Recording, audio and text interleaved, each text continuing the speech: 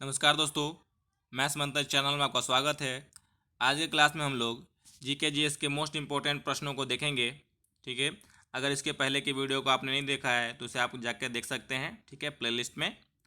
तो चलिए हम शुरू करते हैं आज का क्लास। ठीक है, इस सेट में हम लोग 50+ क्वेश्चन को देखेंगे जो आगामी रेलवे इत्यादि एग्ज़ाम के लिए आपके लिए बहुत इम्पोर्टेंट होगा। तो चलिए पहला सवाल देखते हैं विज्ञान से। पहला सवाल है कि विषाणु का प्रोटीन आवरण क्या कहलाता है। तो विषाणु का प्रोटीन आवरण कैप्सिड कहलाता है। मानव शरीर में रक्त के कौन से कण ठीक है रोगों के विरुद्ध शरीर का रक्षण करते हैं। तो श्वेत रक्त कण ठीक है वाइट ब्लड सेल जो है वो प्रतिरक्षा का कार्य करता है हमारे शरीर में। अगला सवाल है कि विडाल परीक्षण किस बीमारी का पता करने के लिए किया जाता है। तो विडाल परीक्षण जो होता है वो टाइफाइड का पता करने के लिए किया जाता है। अगला सवाल देखिए कि डोलोमाइट किस धातु का अयस्क होता है।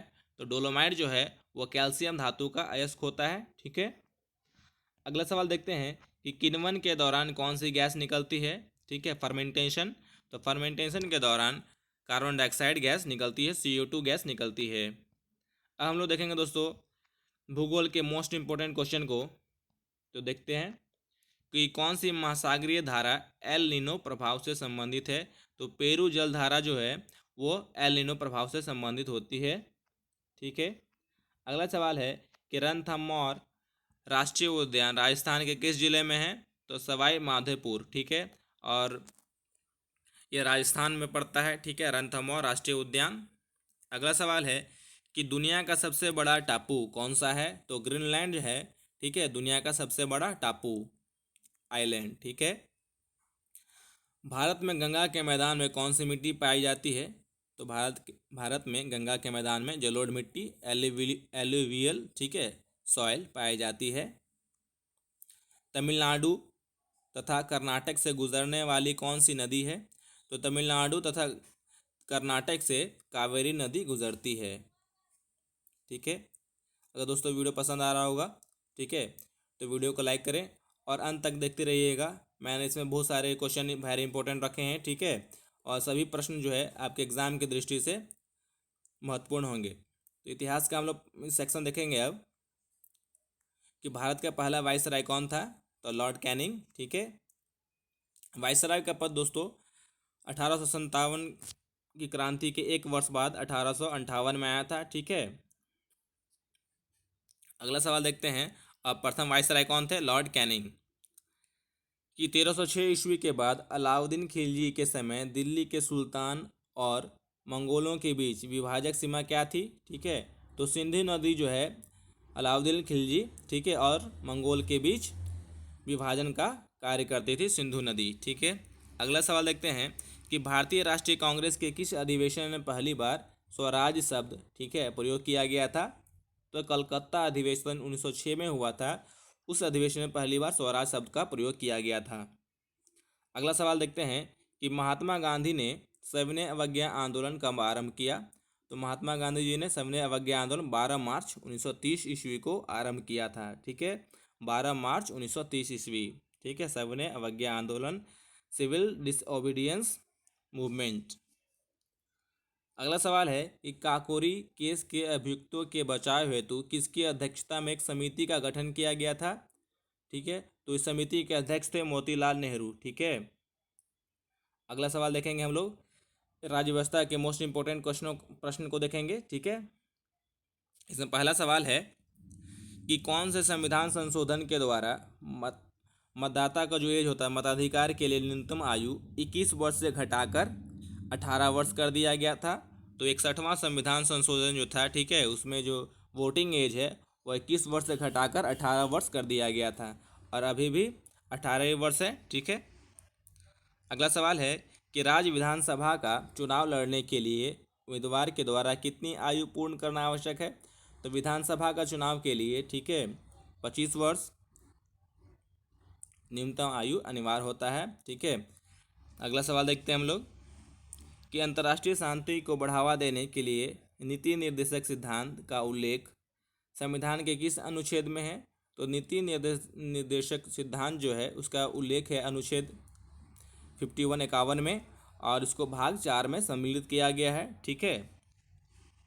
अगला सवाल है कि इंदिरा साहनी और अन्य बनाम यूओआई, ठीक है, मामला किस विषय से संबंधित है? तो आरक्षण से संबंधित था ये मामला। ठीक है, वेरी इंपॉर्टेंट क्वेश्चन है दोस्तों। अगला सवाल है कि किस भारतीय अर्थशास्त्री को प्रतिष्ठित, ठीक है, यहाँ वो होगा बोडले मेडल, ठीक है, बोडले मेडल से सम्मानित किया गया था? तो अमर्त्य सेन। ठीक है, अमर्त्य सेन को बोडले मेडल प्रदान किया गया था। ठीक है, ये सीजीएल का एक क्वेश्चन है दोस्तों, पिछली बार पूछा गया था। अब हम लोग प्रश्न देखेंगे स्पोर्ट्स, ठीक है, गेम्स एंड स्पोर्ट्स के मोस्ट इंपॉर्टेंट क्वेश्चन को देखेंगे। तो पहला सवाल है कि सैंडी लॉज गोल्फ स्टेडियम कहाँ स्थित है? तो सैंडी लॉज गोल्फ स्टेडियम जो है स्कॉटलैंड में स्थित है। अगला सवाल देखते हैं कि राष्ट्रीय खेल दिवस किस दिन को मनाया जाता है? तो राष्ट्रीय खेल दिवस 29 अगस्त को मनाया जाता है मेजर ध्यानचंद की स्मृति में। ठीक है।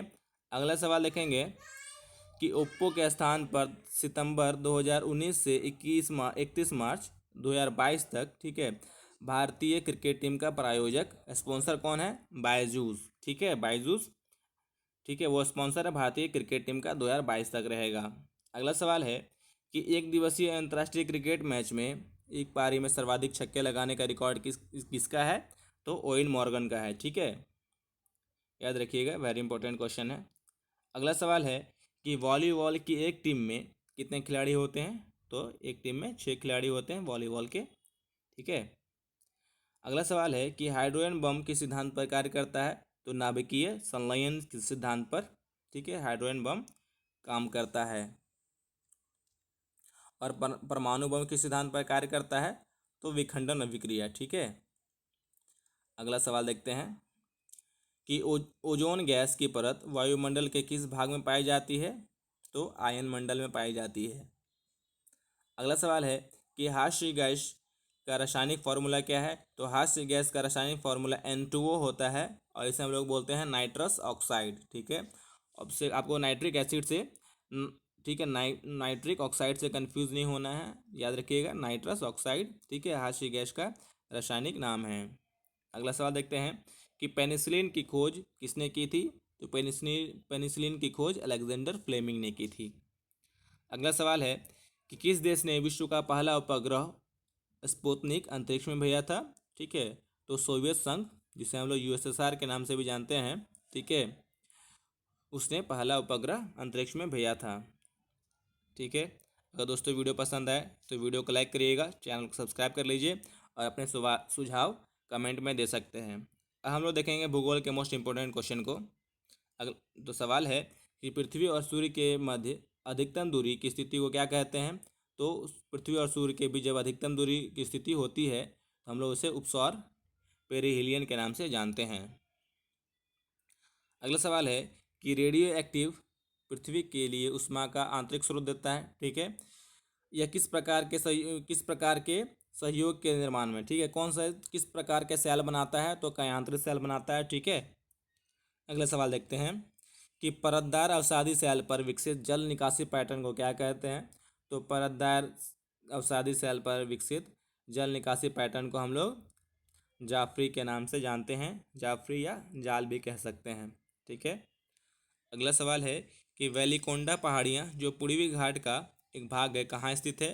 तो वेलिकोंडा पहाड़ियाँ जो पूर्वी घाट का एक भाग है वो आंध्र प्रदेश में स्थित है। ठीक है, वेलिकोंडा पहाड़ियाँ, वेरी वेरी इंपॉर्टेंट क्वेश्चन है दोस्तों। अगला सवाल देखते हैं कि अंध महाद्वीप किसे कहा जाता है? तो अंध महाद्वीप किसे कहा जाता है? अफ्रीका महादेश को कहा जाता है। ठीक है।